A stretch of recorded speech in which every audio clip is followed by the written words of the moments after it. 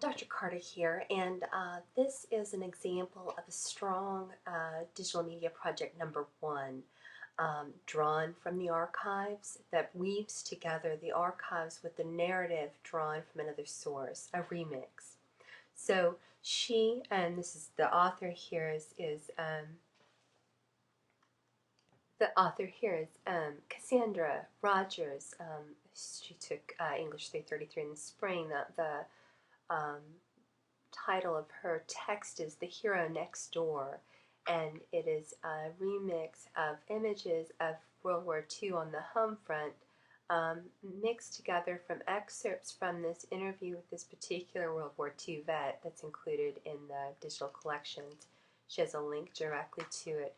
A number of the oral histories included in the digital collections can be played directly on your computer. And then even if you wanted to excerpt, for example, in your second writing assignment that asks you to include some audio and make a movie, you could even maybe excerpt from the audio that he provides. So just as a reminder, remember your first writing assignment is a photo essay. You're developing a photo essay about some aspect of our history in Northeast Texas. You're going to remake digital stories through archival images available in Northeast Texas digital collections. You want to remix relevant images from the archives with alphabetic text in an attempt to create an identifiable narrative. That's crucial, an identifiable narrative regarding some aspect of Northeast Texas history.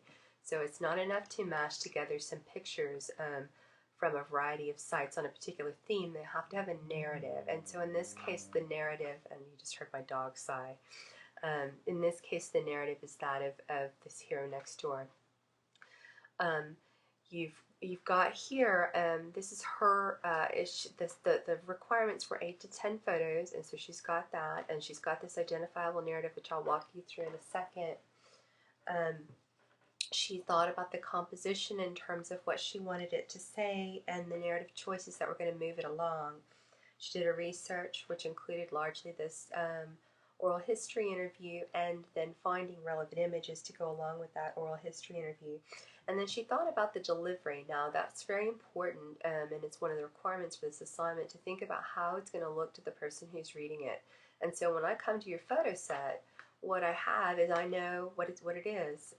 You know, right here should actually be, instead of saying where the pieces came from, it should be an abstract, which you can see in another video on Atlantic City Homeless that is part of this set.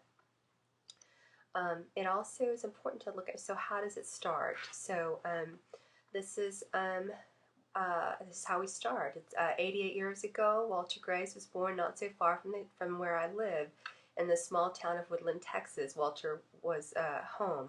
His duty to his family's country called him away from the comforts of home. This is his story. This is his story. This is their story. This is our story. Isn't this nice?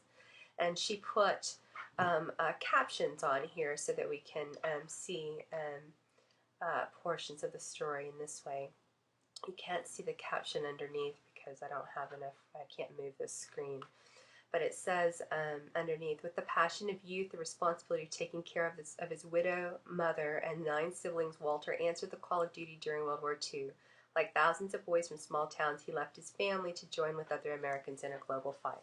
How does she know this about this guy? Well, because the oral history is included in the digital collections and she listened to it. And anyway, so I'm going to stop here and then I'm going to carry forward in the next video.